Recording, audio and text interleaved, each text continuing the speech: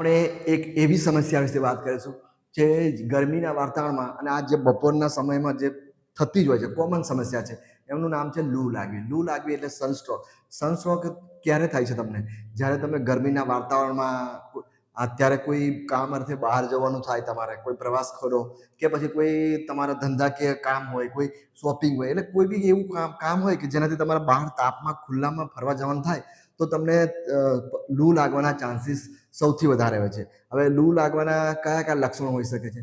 જેમ કે માથું દુખવું, ચક્કર આવવા, ઉબકા ઉલટી થવી, જી ગભરાવું, પેટમાં દુખવું, પછી શું કહેવાય, ઝાડા થઈ જવા, કોઈકને પગમાં બળતરા થવા, એટલે આ બધા લક્ષણો છે. હવે આમાં નોર્મલ કોઈકને તાવ પણ આવી શકે છે. તો અમુક વખત શું છે કે તમને આ નોર્મલ લક્ષણો હોય તો તમે આમ આરામ થઈ શકે છે, પણ ઘણી વખત શું આ લક્ષણોમાં આપણે ધ્યાન ના આપીએ અને વધી જાય તો તમે શું મોટી સમસ્યા બી તમને તમારા આવી શકે છે, જેમ કે એડમિટ થવું, નોર્મલ કોઈ ટ્રીટમેન્ટ લેવી.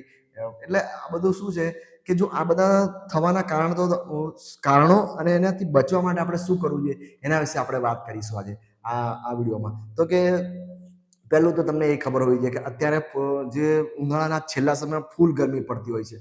ફૂલ ગરમી પડે એટલે શું, તાપ બી આપણા બોડીના ટેમ્પરેચર કરતાં બહારનું તાપમાન વધારે હોય છે. એટલે બોડી આપણું એ તાપમાનને સેટ થવા પ્રયત્ન કરતું હોય છે. અને આપણે શું કરતા હોય છે તો કે કોઈ ધારો કે આપણે કોઈ કામ અર્થે આપણે બહાર તાપમાં ઊભું રહેવાનું થયું તો મોટામાં મોટું નુકસાન આપણને ક્યારે થાય? સૂરજનો જે સીધો પ્રકાશ માથા પર પડે ત્યારે આપણને સમસ્યાઓ ઘણી આવી શકે છે. તો તમે એવું કરો કે પહેલું જ તમે શું કરી શકો તો કે જે સૂરજનો જે તાપ છે ને એ માથા પર આવતા રોકી શકો. તો એના માટે તમે શું, કદાચ માથા પર કોઈ ટોપી પહેરો, કોઈ ઓઢણી બાંધો, તો ગમે તે કરી શકો. ગમે તેમ તમે થોડો તાપને માથા પર ડાયરેક્ટ લાગવા ના દો, કાં તો પછી તમે ઠંડામાં બેસો, એસીમાં બેસો, કે અમુક કહેવાનો મતલબ મારો એટલો જ છે કે તમે સીધો સૂરજને તાપ છે સીધો માથા પર ના લાગવા દો. તો એનાથી તમે એક તો પહેલો તો સીધો તાપથી બચો. બીજું છે કે તમે કપડાં બી એવા પહેરો કે જે તમને પરસેવો વધારે ના થાય.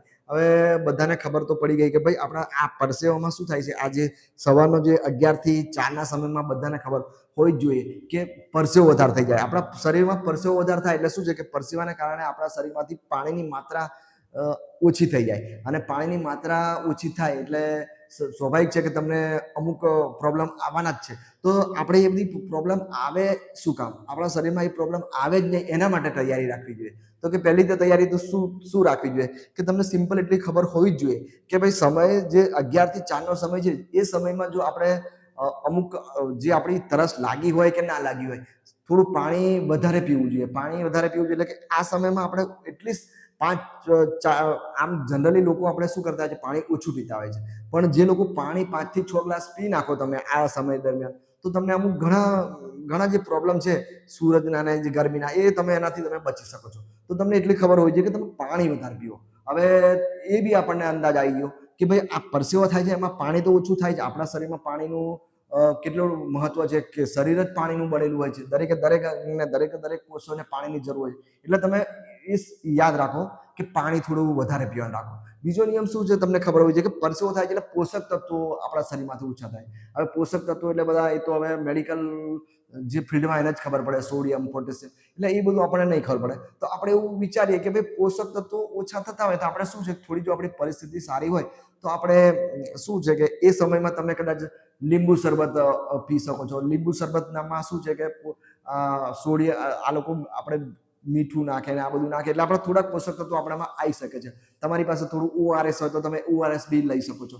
પછી તમને શું છે કે કદાચ તમને ફ્રૂટ્સ બી અત્યારે કુદરતે ઘણા એવા ફ્રૂટ્સ આપ્યા છે કે જેનાથી આપણે શું છે કે આજે ગરમીના અમુક પોષક તત્વોને અમુક તત્વો ઓછા થાય છે એના માટે તમે પાણીવાળા ફળ વધારે કામ લાગે, જેની અંદરથી પાણી નીકળે. તો કે મોસંબી, નારંગી, દ્રાક્ષ, નારિયેળ પાણી, લીંબુ શરબત, કાચી કેરીનો જે શરબત આપણે બનાવીએ. પછી ઘણી વખત અમુક વખત શું છે કે આ શરબત આપણે પી શકો છો એક વખત થોડા ખર્ચામાં, નજીવા ખર્ચામાં આપણને અમુક ઘણી સમસ્યાથી બચી શકીએ છીએ. માર્કેટના જે ખર્ચાળા આપણે પીણા પીએ છીએ, જે કોલ્ડ ડ્રિંક્સ છે ને એના કરતાં તો આપણા જે આ સિમ્પલ પીણા જે કુદરતે આપણને આપેલા છે એ પીણા, લીંબુ શરબત, કેરીનો શરબત, પછી જે નારિયેળ પાણી, મોસંબી, નારંગીનો રસ, એટલે એ વધારે ફાયદો કરે. પેલામાં તો શું છે કેટલા દિવસનું હોય, કેટલા કંપની કેવી અંદર શું નાખે ને શું નાખે, આપણને બી ખબર ના હોય. એ કંપની ઘણી વખત સ્વાદ માટે કોઈ કેમિકલ્સ નાખે, ખોટું શરીરમાં કેમિકલ્સ આવે. એના કારણે અત્યારે તો માર્કેટમાં શું છે કે આ ગરમીમાં તો તમે શેરડીનો રસ બી મળી શકે છે. ઘણી જગ્યાએ શેરડીના રસ પડેલા જ હોય છે. તો એ બી તમને શું છે કે આ લૂ લાગવાથી બચાવી શકે છે. પછી કદાચ તરબૂચને શક્કરટેટી કહીએ આપણે, એ બે વસ્તુ તો અત્યારની ગરમીમાં એની અંદર તો પાણી ફૂલ માત્રામાં જાય. પાણી જેની અંદરથી પાણી નીકળતું હોય એવા ફળ તો આપણે દરેક જણ આપણને સલાહ આપતા હોય કે ભાઈ એવા ફળો ખાવો. તો કદાચ તમે એક ડીશ તરબૂચ બી બનાવી શકો છો. તો આ જે તમે સમય છે બપોરનો જે 11 થી 4 એમાં તમે અમુક એવું વસ્તુ લો કે જેનાથી તમને શું છે કે તમને આ બધા જે ઉપરના મેં તમને કીધા જે સનસ્ટ્રોક થવાના, જે લૂ લાગવાના ઘણા સિમ્પટમ્સ છે એ બધાથી તમે બચી શકો છો. કદાચ આવે થોડી ઘણી અસર થાય તો તમને અંદાજ બી ના આવે કે ભાઈ મને આ કોઈ લૂ લાગી છે શરીરમાં. તો એટલે કેવું છે, કહેવાનો મતલબ એ છે કે જે 11 થી 4 સમય છે એ ખાસ સાચવી લો કે 11 થી 4 સમયમાં વધારે ગરમી પડતી હોય, તાપ સીધો ના લાગવા દો, પાણી વધારે પીવો, પોષક તત્વો માટે કોઈને કોઈ એવા સારા એવા ફ્રૂટ્સ પીવો, સારા એવા ફ્રૂટ્સ ખાઓ, ફ્રૂટનો રસ ખાઓ. માર્કેટમાં જે અવેલેબલ છે ખોટા જે પીણા પીવામાં ખર્ચો કરવામાં એનાથી કોઈ એટલો બધો ફાયદો થાય નહીં. એમાં અમુક પોષક તત્વો હોતા નથી. બિનજરૂરી કેમિકલ શરીરમાં આવે તો વખત જતાં નુકસાન થાય. એના કરતાં જે આપણને દેખીએ કે નેચરમાંથી ડાયરેક્ટ મળતા જે અમુક ફળો અને અમુક રસ પી શકો છો, તમે જાતે બનાવીને બી પી શકો છો. અને એવું લાગે નહીં બનાવી શકે, ટાઈમ નથી, તો અમુક એવા ફળ બી કુદરતે આપણને આપ્યા જ છે. તરબૂચ છે, શક્કરટેટી છે, શેરડી છે કે જે આ ખરેખર આ ગરમીમાં કામ લાગી શકે છે. કેરી છે તો એ તમે પી શકો છો, તો એ તમે ખાઈ શકો છો. તો એનાથી તમારા શું પોષક તત્વોની કમી બી તમારા શરીરમાં જે નીકળ્યા એ બી બંધ થઈ જાય, પાણીની બી ઉણપ ન થાય. અને પાણી તો છે જ, પાણીમાં તો કોઈ એવા ખર્ચો છે. બીજું એક મેન ભૂલ થતી હોય છે આપણી, શું કે આપણે આ સમયમાં આપણે શું છે કે થોડું જમવાનું થોડું ધ્યાન આપવું પડે.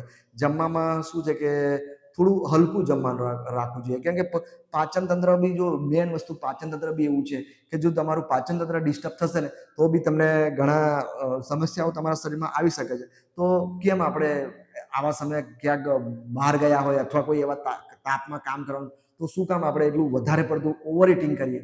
ઓવર ઇટિંગ એટલે કે ઘણી વખત શું છે કે ઘણી વખત મેં તો જોયું છે કે પબ્લિક જ્યારે આવા સમયમાં જ્યારે લગ્ન ગાળામાં જાય છે ને, લગ્ન ગાળામાં પેલું જમવાનું મળી જાય છે એવું સારું સારું, તો આપણી જે હદ હોય ને એનાથી વધારે હદ બતાવી નાખે છે. હદ એટલે જે જમવા કરતા જે તમારી જે રોજિંદુ તમે લેતા હોય, તમને અંદાજ હોય કે ભાઈ મારથી આટલું જ જમાય છે, મારું શરીર આટલું જ પચાવી શકે છે, તો એટલી જ આપણી લિમિટ રાખવી જોઈએ. આપણે શું કરીએ છીએ, વધારે પડતું ઓવર ઇટિંગ કરી નાખીએ. ઓવર ઇટિંગ કરીએ એટલે વધારે પડતું જોવું, એના લીધે આપણા પાચન તંત્ર ડિસ્ટર્બ થાય તો ઝાડા, ઉલટી એવી ઘણી સમસ્યાઓ આવી શકે છે. પછી બીજી એટલે કહેવાનો મતલબ છે કે વધારે પડતું જમવાનું નહીં. ઓછું જમશો તો તમને ફાયદા થવાના છે. તમે વધારે પડતું જમી લેશો, ટેસ્ટને અમુક એવું નવી આઈટમ. પછી બીજું એક મેન પોઈન્ટ છે કે જે તમને વધારે નુકસાન કરી શકે છે. જેમ કે શું છે કે તમે એમાં ભૂલ કરો તો તમને શું ટાઇફોઇડ, કમળો અને આ ઝાડા, ઉલટી એના બધા કિસ્સાઓ તમારામાં આવી શકે છે. જેમ કે તમે શું કરો છો કે માર્કેટમાં ગયા હોય ને ત્યારે તમે જે ખુલ્લામાં રાખેલી વસ્તુ ખાઈ લો છો. ખુલ્લામાં રાખેલી એટલે તો આપણે તો એવું વિચારવું જોઈએ કે જે તાજું બનાવેલું ખાવું જોઈએ. ધારો કે હમણાં સમોસા, કચોરી, ભજીયા તમે ખાઓ છો તો તમારી સામે બનેલા હોય એ ખાવાનું રાખો. તમને લાગવા જોઈએ કે આ ગરમ છે. પછી સવારના બનેલા હોય ને તમે 9-10 વાગ્યાના બનેલા હોય ને તમે 3 વાગે ખાઓ તો તમને ઝાડા ઉલટી થવાની જ છે. કદાચ તમારું શરીર સારું હોય, તમારું શરીરમાં એવો રેઝિસ્ટન્ટ પાવર સારો હોય તો તમે બચી શકો છો. બાકી તમને જો આવું જૂનું ખાશો, સવારનું ખાશો, વાસી ખોરાક ખાઓ તો શું થાય? અમુક એની બી મર્યાદા હોય છે કે અમુક ટાઈમ સુધી ખાઈ લેવું છે. આપણે ઘરમાં રસોડામાં બનાવીએ છીએ તો અમુક 2 કલાકમાં ખાઈ લેતા હોય છે. આપણે માર્કેટમાં જઈએ ત્યારે શું છે કે બહારનું ખાઈએ ત્યારે એ સવારનું બનાવેલું ક્યારેય ખુલ્લામાં રાખેલું હોય. પાછી મોટી ભૂલ થાય ખુલ્લામાં રાખેલું હોય. હવે ખુલ્લામાં રાખેલું હોય તો શું થાય કે માખીઓ ને બધું ગંદકી આવે ને એના લીધે પછી આપણે ખાવાનું થાય તો આપણને અમુક સમસ્યા આવી શકે છે. એટલે કે બને ત્યાં સુધી ખુલ્લામાં રાખેલું અને જે જૂનું એટલે અમુક સમય કરતા વધારે પહેલા બનાવેલું જે વાસી થઈ ગયેલો ખોરાક એ ખાવાનું ટાળજો. તો જ તમે આ ઉનાળામાં જે લૂ લાગવાના અને ઝાડા ઉલટીના કિસ્સાથી બચી શકો. અમારે તો શું છે કે રોજના અનુભવ છે કે અમે ઘણી વખત જોઈએ છે કે ઘણી વખત પબ્લિક શું છે કે આ લગ્નમાં જતા હોય છે તો થોડું વાસી ખોરાક ખવાઈ જાય છે ને, એક દિવસ અગાઉનો બનેલો ખોરાક 6-7 કલાકનો, તો એમને ઝાડા ઉલટીના કિસ્સા અમે આવે જ છે. અમે અંદાજ આવી જ જાય છે અમને કે આને લીધે. એટલે કહેવાનો મતલબ છે કે જે સમયમાં તમે બહાર જાઓ છો, જે સમયમાં તમે કંઈ કામ અર્થે જાઓ કે પ્રવાસ અર્થે જાઓ કે ગમે તે તમારા કોઈ એવા જોબ અર્થે જાઓ કે તમારી તો એ સમયમાં શું છે કે આટલા અમુક જે અત્યારના જે ખાસ જે અત્યારનો સમય ઉનાળાના છેલ્લા સમય કહેવાય આપણે, એ સમયમાં શું છે કે અમુક આટલા જે નિયમો મેં તમને કીધા, જો તમે પાળો તો મને નહીં લાગતું કે તમને કોઈ તકલીફ આવી શકે મારા માનવા મુજબ. તો આટલા જે સિમ્પલ 4-5 નિયમો તમે ફોલો કરજો તો નક્કી તમારો કોઈ એવું કામ માટે તમે બહાર ગયા તો બી તમે સક્સેસ થશો, અને તમે કોઈ પ્રવાસમાં ગયા તો બી તમને કોઈ સમસ્યા આવી ના શકે. તો વિડીયો ગમે તો લાઈક કમેન્ટ જરૂરથી કરજો. સારું, મળીએ નેક્સ્ટ વિડીયોમાં.